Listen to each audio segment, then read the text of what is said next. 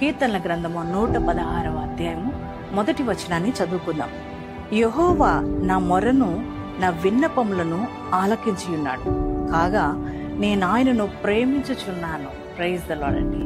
ఆయన మన ప్రార్థన ఆలకించేది. దేవుని పిల్లలారా, విననేరకు ఉండినట్లు నా చెవులు మందం కాలేదన్నాడు ప్రభు. ఆయన మన ప్రార్థన వింటున్నాడు.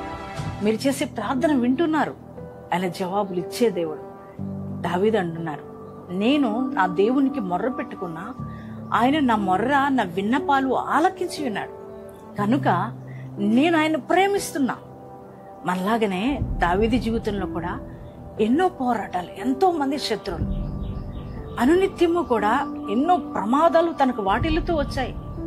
కానీ దేవుని పిల్లారా, అటువంటి శ్రమలో, దుఃఖంలో, కష్టంలో, శత్రువుల మధ్యలో ఆయన మనుషులను ఆశ్రయించలేదు. కానీ దేవుని దగ్గర ప్రార్థన చేసినప్పుడు నా దేవుడు నా ప్రార్థన ఆలకించాడు, నా కష్టాలను తీసేశాడు, నా శత్రువుడు నాశనపరిచాడు. అందుకే నా దేవుడు నేను ప్రేమిస్తున్నానని దావీదు తెలియజేస్తున్నాడు.